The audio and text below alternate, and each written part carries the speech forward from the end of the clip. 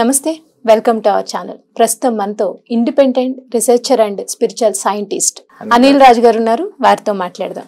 Sir నమస్తే అండి. Sir మీరు న్యూమరాలజిస్ట్ అన్నారు. సో దాంతో పాటు మీరు డిఎంఐటి అనలిస్ట్ అన్నారు. అంటే అసలు డిఎంఐటి అనలిస్ట్ అంటే ఏంటి సార్ అది? సో బీయింగ్ ఎ న్యూమరాలజిస్ట్, ఇప్పుడు మేము ఏం చేస్తుండే అంటే, ఇప్పుడు నేను ప్రతి ఒక్కటి ఏది చేయాలన్నా ఒక కామన్ పర్సన్ ఎలా ఆలోచిస్తాడని చూసి అలాగనే నేను ఆలోచించి నేను ఒక స్టెప్ తీసుకుంటాను. మీరు గమనిస్తే 1994 అంటే ఒక 2000 కి ముందు ఒక ఎగ్జాంపుల్ లాగా తీసుకుందాం. ఎవరైనా డేట్ ఆఫ్ బర్త్ నేను చూసి మీ పాప ఒక సాఫ్ట్వేర్ ఇంజనీర్ అయితే బాగుంటుంది అని అన్నా అనుకోండి, అప్పుడు మనకి ఎన్ని ఆప్షన్స్ ఉండే అండి? MSc computers. ఇంకేమైనా ఆప్షన్స్ ఉన్నాయా? తక్కువే కదా. తక్కువ అండి. మీరు ఏదైనా బిజినెస్ చేయండి అంటే మాక్సిమం అప్పుడు బిజినెస్ ఏం పెడుతుండే? కిరాణా స్టోర్, బట్టలది, స్వీట్ షాప్స్, ఇవన్నీ ఉన్నాయి. కానీ ఇప్పుడు అదే డేట్ ఆఫ్ బర్త్ చూసి నేను ఇప్పుడు ఒక పాప మీకు సాఫ్ట్వేర్ ఇంజనీర్ అవుతుందంటే పేరెంట్స్ ఏమంటారంటే, ఓకే మా పాప సాఫ్ట్వేర్ ఫీల్డ్ లో ఉంటుంది, కరెక్టే, కానీ ఏ ఫీల్డ్ లో తీసుకెళ్లాలి? సాఫ్ట్వేర్ లో తీసుకెళ్లాలా, హార్డ్వేర్ లో తీసుకోవాలా, ఆర్టిఫిషియల్ ఇంటెలిజెన్స్ తీసుకోవాలా, లేకపోతే కోడింగ్ లో తీసుకెళ్ళాలా, హ్యాకింగ్ లో తీసుకెళ్ళాలి? ఇన్ని ఆప్షన్స్ అనేది వచ్చేసి అంటే ఇది అడ్వాన్స్ టెక్నాలజీ. అయితే ఇక్కడ కూడా మనము ఆమె ఏ ఫీల్డ్ కి ఫిట్ అవుతుంది అని మనం చెప్పగలిగితే బాగుంటుంది కదా. దాంతో పాటు మీరు ఒక చాలా మంది ఒక క్వశ్చన్ రేస్ చేశారు. ఏంటంటే లాస్ట్ మనకు ప్రీవియస్ మంత్స్ బ్యాక్ ఒలింపిక్స్ అనేది జరగడం జరిగింది. మన వాళ్ళు ఎన్నో కోట్లు అక్కడ మనం ఇన్వెస్ట్ చేసి మనం పోయాం. మీరు గమనిస్తే చాలా తక్కువ మెడల్స్ అనేది వచ్చింది. మీరు గమనిస్తే ఈ ఒలింపిక్స్ లా ఎప్పటికీ అమెరికాకి సంబంధించి, చైనాకి సంబంధించి, రష్యాకి సంబంధించిన వాళ్ళు ఎక్కువ మెడల్స్ అనేది చేస్తారు. మళ్ళీ ఎప్పుడు మాక్సిమం గమనిస్తే 1, 2, 3లో వాళ్ళే ఉంటారు. ఎందుకు అలా ఉంటారు? ఇది కూడా ఒక క్వశ్చనే కదా. మన వాళ్ళకి రాలేదంటే అది తర్వాత ఆప్షన్, కానీ వాళ్ళు ఎందుకు ఉంటున్నారు? ఇప్పుడు చైనా కంటే పాపులేషన్ ఎక్కువ ఉంది అందుకే వచ్చిరంటే పాపులేషన్ లో మనం కూడా వాళ్ళకి సమానమే.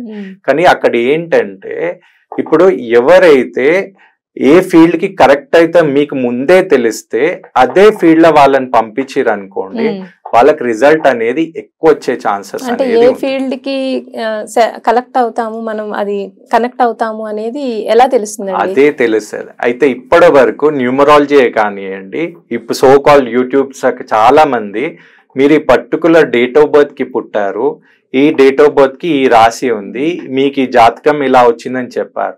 కానీ నేనేమంటున్నానంటే మీరు అదే డేట్ ఆఫ్ బర్త్ కి ఎందుకు పుట్టారు? ఇప్పుడు నేను 6th నవంబర్ 1985 లా 3:15 కి మార్నింగ్ వెనస్డే నేను సికింద్రాబాద్ లో పుట్టాను. ఒక మిడిల్ క్లాస్ ఫ్యామిలీలో పుట్టాను. ఇప్పుడు ఇదే క్వశ్చన్ నాకు కూడా రేస్ అయింది. అంటే నేను ఎందుకు ఇదే పర్టికులర్ డేట్ కి ఇదే ఫ్యామిలీలో ఇదే పేరెంట్స్ కి ఎందుకు పుట్టాను? ఇప్పుడు రామ్ చరణ్ గారికి కూతురు పుట్టింది క్లీంకార. ఆ పాప ఏం చేసింది? ఆమె అక్కడ పుట్టింది. దీనికి తెలుసుకోవాలంటే కూడా మనము రీసెర్చ్ చేయాల్సింది. అయితే అలా రీసెర్చ్ చేసినప్పుడు ఎన్నో మనకి కర్మ సంబంధించిన వచ్చింది, అది మనం ముందు చెప్తాం. ఇప్పుడు డిఎంఐటి అంటే ఏంటంటే డర్మటోగ్రఫీ మల్టీ ఇంటెలిజెంట్ టెస్ట్. అంటే ఇది ఎందుకు వస్తుంది అంటే, నాకు దీని మీద ఇంట్రెస్ట్ ఎందుకు తెలిసింది, మీరు గమనిస్తే ప్రీవియస్ లా ఫ్యూ మంత్స్ బ్యాక్ ఒక 2 పిల్లలు, అంటే దీనికంటే ముందు జరిగింది, ఒక 3 to 4 ఇంటర్ పిల్లలు, డిగ్రీ పిల్లలు ఆ ప్రెషర్ తట్టుకోలేక చనిపోయారు, సూసైడ్ చేసుకున్నారు. ఆ సూసైడ్ నోట్లో ఏం రాశారంటే, నేను చాలా కష్టపడి చదువుతున్నా కానీ నాతో అయితలేదు, నేను చనిపోతున్నా, నెక్స్ట్ టైం మళ్ళా మీ వంటి మంచి పేరెంట్స్కే పుట్టాలి అని రాసి చనిపోయారు. కానీ దానివల్ల మనకి ఏం ఉపయోగం? వాళ్ళు ఇంజనీర్ కాదంకి పుట్టలేరు, అది పేరెంట్స్ కి ముందే తెలిస్తే అంకే వాళ్ళు దాంట్లో పంపించకపోతుండే. ఈ విద్య అనేది ఆల్రెడీ 1960s నుంచి 70s నుంచి ఎంతో రీసెర్చ్ అయ్యి ఇది ఆల్రెడీ అమెరికాలో కానివ్వండి, చెన్నై, ఇది చైనాలో కానీ అన్ని దగ్గర వాళ్ళు యూజ్ చేస్తున్నారు. ఇదే విద్యని యూజ్ చేసి వాళ్ళు ఒలింపిక్స్ లో యూజ్ చేస్తారు. ఇప్పుడు ఒలింపిక్స్ లో ఎవరికైతే బాడీలో అప్పర్ హ్యాండ్స్ ఇంకా కాళ్ళ స్ట్రెంగ్త్ ఎక్కువ ఉందో వాళ్ళని తప్పకుండా వాళ్ళు స్విమ్మింగ్ ఫీల్డ్ లో పంపిస్తారు. ఎవరికైతే తట్టుకునే శక్తి అనేది ఎక్కువ ఉండి చేతులలో బలం ఉందో వాళ్ళని వాళ్ళు బాక్సర్ లాగా తీసుకెళ్తారు. ఎవరికైతే ఐ సైట్ లో స్ట్రెంగ్త్ ఉంది, అక్యురసీ అనేది ఉంది, వాళ్ళని షూటర్ లాగా పంపిస్తారు. అయితే ఇవి వాళ్ళు చూసి వాళ్ళు ఏం చేశారంటే ఇవి యూజ్ చేసినందుకే వాళ్ళకి అంత మంచి క్రెడిట్ అనేది వస్తుంది.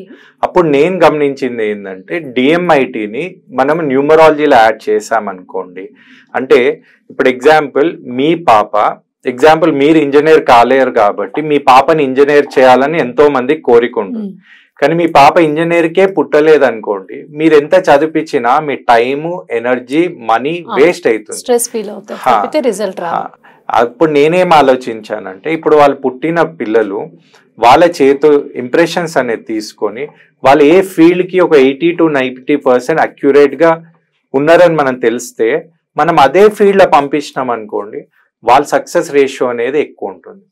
ఇలా ఆలోచించినే నేను డిఎంఐటీని అనేది మన తెలుగు వాళ్ళకి ఇంట్రొడ్యూస్ చేయాలనేది నా కోరిక. అంటే ఇప్పుడు డిఎంఐటి అనేది వాళ్ళు సపోజ్ పిల్లలు ఉన్నారు, ఆ పిల్లవాడిని తీసుకొస్తే మీరు టెస్ట్ చేస్తారా, అది ఎట్లా? అది అంటే డిఎంఐటిని మనం తీసుకోవాలంటే మనం ఈ 5 fingers లో ఉన్న ఫస్ట్ ప్యాలెట్ ఏదైతే ఉంటుందో ఈ ఫింగర్స్ ది ఈ ప్రింట్స్ అనేది తీసుకుంటాం. హస్తరేఖలకి దీనికి ఎలాంటి సంబంధం లేదు, ఇది సైంటిఫిక్లీ చేసింది. దీనికంటూ బుక్స్ ఉన్నాయి, అవన్నీ మనం దాన్ని ఇన్ డీటెయిల్ గా ఫ్యూచర్ లో తెలుసుకుంటాం. థ్యాంక్ యూ అండి.